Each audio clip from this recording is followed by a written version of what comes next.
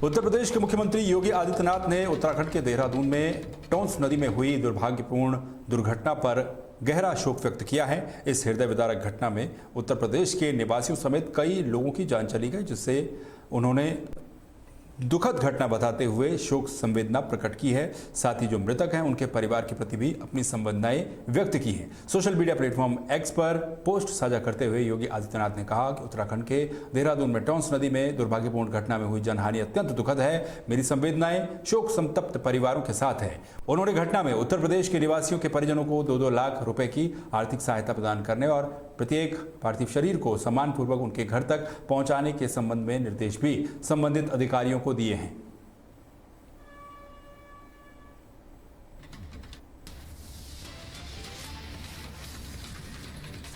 मिर्जापुर में मंगलवार को जिला कांग्रेस कमेटी के कार्यकर्ताओं ने जिला अध्यक्ष डॉक्टर शिव कुमार सिंह पटेल के नेतृत्व में ताली और थाली बजाकर प्रदर्शन किया। यह प्रदर्शन कचहरी और अस्पताल चौराहे से होते हुए जिलाधिकारी कार्यालय पर समाप्त हुआ, जहां उन्होंने अपनी मांगों का ज्ञापन सौंपा। कांग्रेस जिला अध्यक्ष डॉक्टर पटेल ने आरोप लगाया कि किसानों को सहकारी समितियों पर यूरिया खाद नहीं मिल पा रही है, जिससे वो बेहद परेशान हैं। इसके अलावा उन्होंने जिले में आई बाढ़ से हुए नुकसान के लिए मुआवजे की मांग की है। साथ ही प्रदर्शन में शामिल पूर्व विधायक भगवती प्रसाद चौधरी और कार्यक्रम का संचालन कर रहे मिनहाज अहमद ने केंद्र और राज्य सरकार पर किसानों की अनदेखी करने का और केवल उद्योगपतियों को बढ़ावा देने का आरोप लगाया। जिला अध्यक्ष जी ने सारी बिंदुओं पर प्रकाश डाला। हम लोग किसान के हिमायती हैं, हमारी पार्टी भी किसान की हिमायती है। हम किसानों को केवल मतदाता नहीं समझते, अन्नदाता हैं। अगर किसान तकलीफ में रहेगा तो देश की अर्थव्यवस्था चौपट हो जाएगी, और अगर थाली खाली हो जाएगी तो आने वाली पीढ़ी या छोटे बच्चे क्या खाएंगे। अगर सरकार की आंख नहीं खुल रही है, जैसा कि अध्यक्ष जी ने ठीक कहा कि अगर शराब के दुकान पे आप चले जाइए, जो कंपोजिट मदिरालय के नाम पे खोले गए हैं, वहाँ तो चाहे जितना आप मांगी मिल जाएगा, लेकिन खाद किसानों को नहीं मिल रहा है।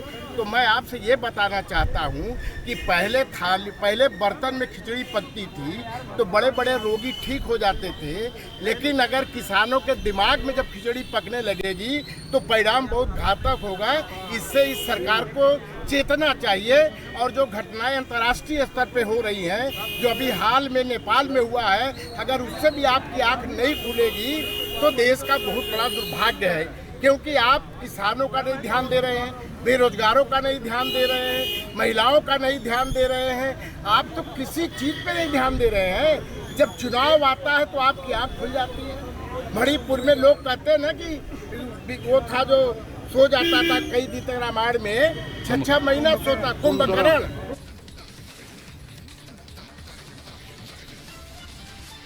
खबर उत्तर प्रदेश के जौनपुर जिले से है, जहां ग्रामीण पत्रकार एसोसिएशन के पत्रकारों ने जिला अध्यक्ष संजय अस्थाना के नेतृत्व में अपनी मांगों को लेकर जिलाधिकारी के माध्यम से मुख्यमंत्री को एक 7 सूत्रीय मांग पत्र सौंपा। उनकी मांग है कि ग्रामीण पत्रकार एसोसिएशन को प्रदेश मुख्यालय प्रशासन की तरफ से एक भवन आवंटित किया जाए और मान्यता प्राप्त पत्रकारों की तरह ग्रामीण पत्रकारों को सुविधा प्रदान की जाए। साथ ही ग्रामीण पत्रकारों को बीमा योजना में शामिल किया जाना चाहिए और आयुष्मान कार्ड बनवाए जाने चाहिए। को संबोधित जिलाधिकारी जी को ज्ञापन दिया गया है, जिसमें हमारी 7 सूत्री मांगे हैं जो पत्रकार हित में हैं। हम लोग हमेशा काम करते रहते हैं, गर्मी की दोपहरी हो, चाहे जाड़े की ठंड हो, चाहे भारी बारिश हो, हम लोग हमेशा लगे रहते हैं।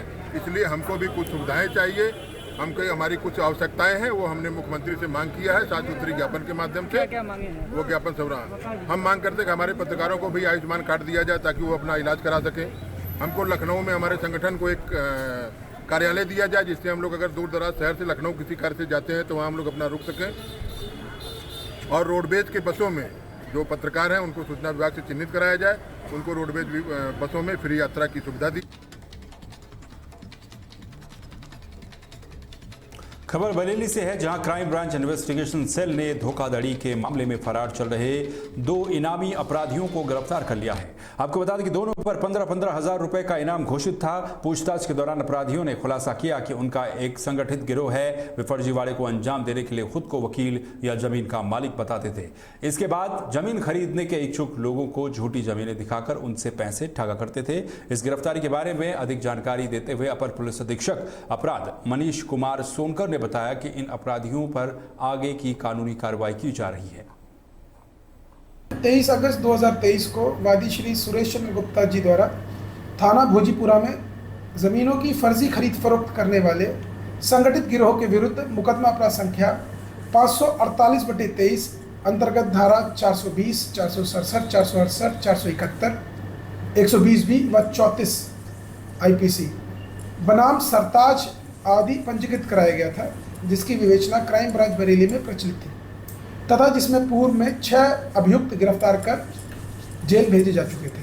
उपरोक्त अभियोग में 2 अभियुक्तगण अबरार व सलीम लंबे समय से फरार चल रहे थे तथा जिनकी गिरफ्तारी हेतु वरिष्ठ पुलिस अधीक्षक बरेली महोदय द्वारा 15-15 हज़ार के इनाम भी घोषित किए गए थे, को आज दिनांक 15 सितंबर को थाना भोजीपुरा क्षेत्र से क्राइम ब्रांच बरेली द्वारा गिरफ्तार किया गया है।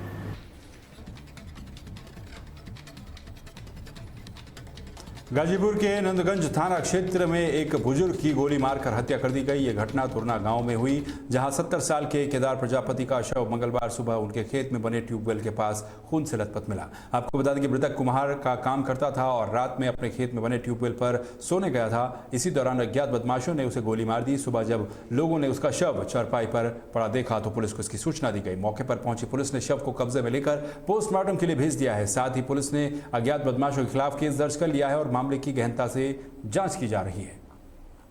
सुबह सूचना प्राप्त हुई कि थाना नंदगंज अंतर्गत तुरना गांव में एक 60-65 के उम्र के लगभग केदार प्रजापति का लहलुहान शव चारपाई पे पड़ा हुआ है। इस सूचना पे सभी अधिकारीगण मौके पे पहुंचे, स्थानीय पुलिस भी पहुंची, फील्ड यूनिट की टीम भी पहुंची है। इस क्रम में आवेदक पक्ष से भी पूछताछ की गई है। उनके द्वारा जो तहरीर दी गई उसका अभियोग पंजीकृत किया जा रहा है।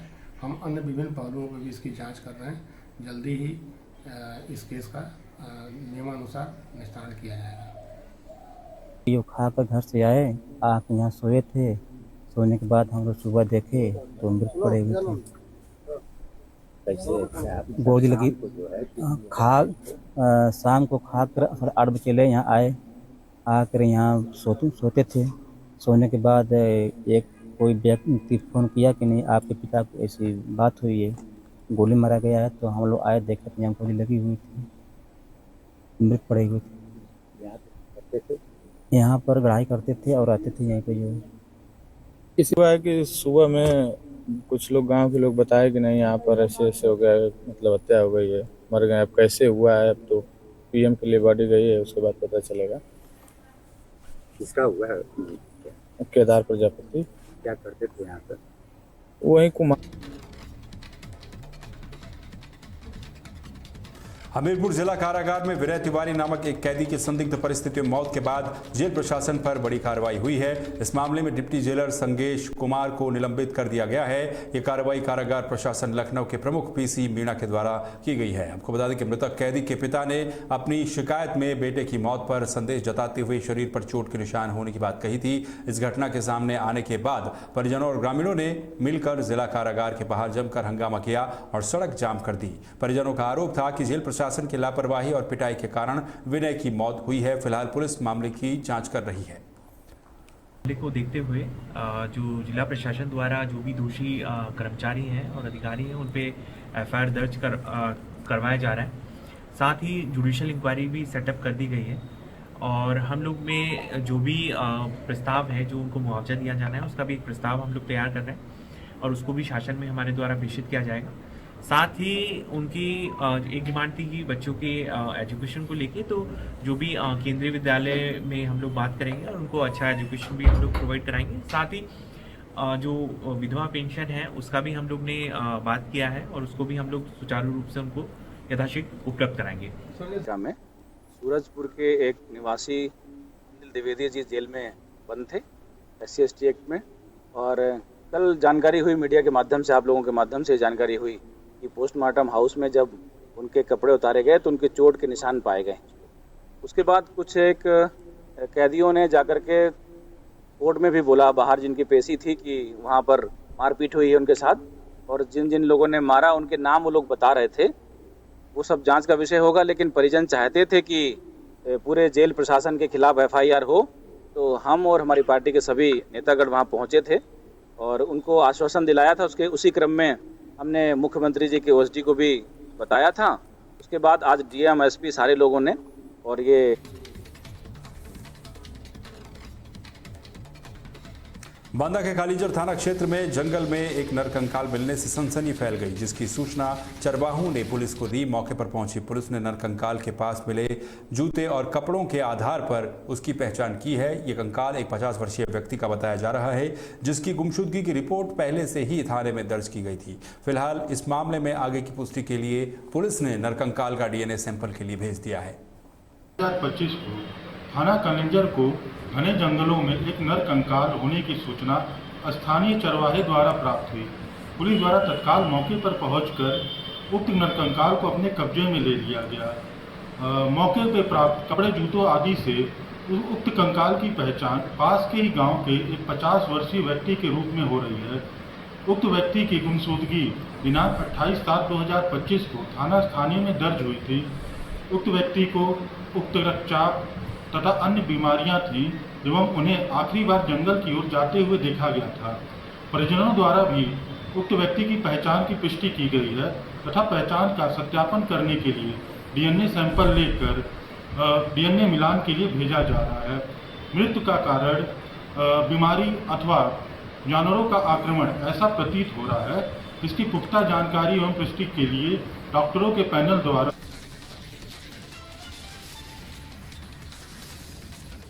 खबर मिर्जापुर से, जहां नगर के व्यस्त टटहाई रोड में मंगलवार को एक पुरानी जर्जर मकान की दीवार अचानक से गिर गई, जिससे इलाके में अफरा तफरी मच गई। सूचना मिलते ही सभासद सत्यनारायण जायसवाल तुरंत मौके पर पहुंचे और अपनी देखरेख में मलबा हटाने का काम शुरू करवाया। सभासद की त्वरित कार्रवाई से किसी भी तरह की जनहानि नहीं हुई। स्थानीय नागरिक संजीव जैन ने इस घटना को गंभीरता से लेते हुए नगर पालिका से शहर की सभी पुरानी और जर्जर इमारतों का सर्वे कराने और उन पर कार्रवाई करने की मांग की है, ताकि भविष्य में ऐसे हादसे को रोका जा सके।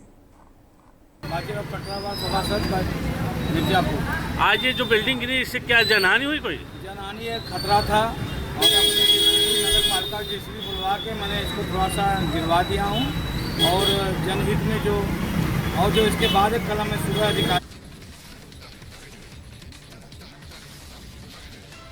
उत्तर प्रदेश की खबरों में फिलहाल के लिए बस इतना ही। बाकी खबरों के लिए आप बने रहिए तहलका डिजिटल के साथ। नमस्कार।